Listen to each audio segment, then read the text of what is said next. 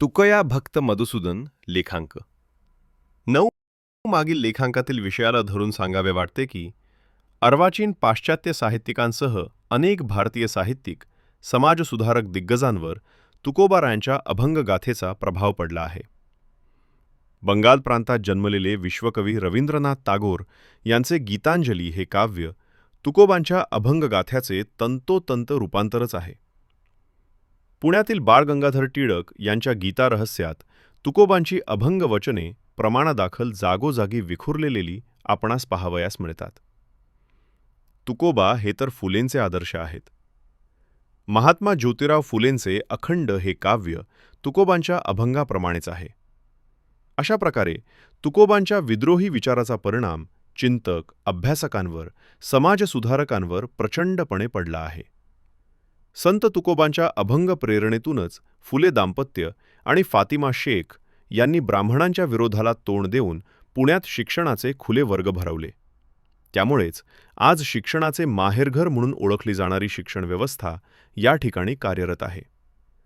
त्यामुळेच आज पुणे विद्यापीठाला सावित्रीबाई फुले पुणे विद्यापीठ हे नाव दिले गेले. मध्ययुगीन काळात याच पुणे जिल्ह्यामध्ये छत्रपती शिवरायांचा जन्म शिवनेरी गडावरचे झाला. पुण्याजवळच देहू आणि आळंदी तर संत ज्ञानेश्वर महाराज आणि संत तुकाराम महाराज यांच्या जन्मकर्म समाधीमुळे पुण्यभूमी म्हणून ही महाराष्ट्राची भक्ती व अध्यात्माची केंद्रे बनली आहेत. तुकोबांच्या बीजेला आणि माऊलींचा प्रस्थान सोहळ्यास लाखो माणसे प्रतिवर्षी देहभान विसरून भक्ती कीर्तनात इथे दंग होतात. विठू माऊलीच्या दर्शनाच्या आतुरतेने इथूनच देहू आळंदीतून पंढरपूरला प्रस्थान सोहळा निघतो. आणि म्हणून पुणे जिल्ह्याला सांस्कृतिक असा अविभाज्य दर्जा दिला गेला आहे. इथेच तुकोबांची अभंग साहित्य परंपरा, सांस्कृतिक विचारधारा, नाट्य परंपरा, विद्यादानाचे ज्ञानदानाचे ज्ञानपीठ, गीतेवर मराठी साज चढवून जीवनाचे तत्त्वज्ञान मांडणारे ज्ञानदेवांचे आध्यात्मिक विचारपीठ, या असंख्य विचार प्रेरणेतून आपले कार्य करत राहणारी ही पुण्यपत्तन सांस्कृतिक राजधानी म्हणून निश्चितपणे ओळखली जाते. परंतु याच सांस्कृतिक राजधानीत आज पुण्याचे पतन होऊन जगद्गुरू संत तुकोबाराय यांच्या तपोभूमीला, साक्षात्कार भूमीला आज खंडित केले जात आहे. इंद्रायणी रसायन झाली आहे याचा विचार मात्र आज कोणालाही पडत नाही.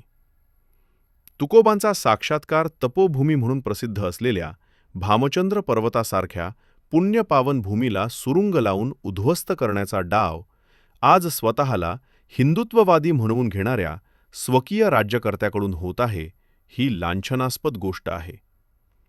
याचा साधा विचारसुद्धा या पुण्यभूमीवासियांना येऊ नये. ही किती खालची पातळी या पुण्यभूमीने गाढली आहे.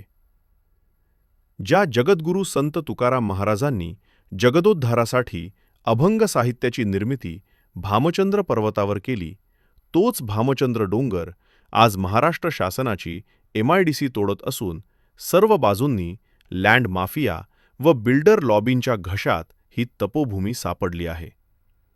आणि म्हणूनच ती वाचवण्यासाठी तुकोया भक्त मधुसूदन महाराज आपल्या जीवनाची पराकाष्ठा करत आहेत. आज याचा तुम्हाला विचार करावाच लागेल.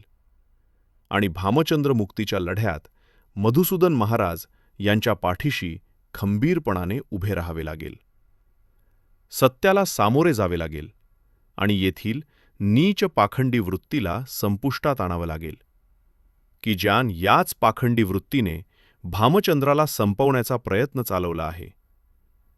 या पावनभूमीला अबाधित ठेवण्यासाठी आपण सर्वजण या भामचंद्र लढ्यात सक्रिय सहभाग घेऊया आणि मधुसूदन महाराजांच्या या लढ्याला बळ देऊयात, एवढीच आपणास मी विनंती करत आहे. इति संकलन व लेखन विजय दणाणे.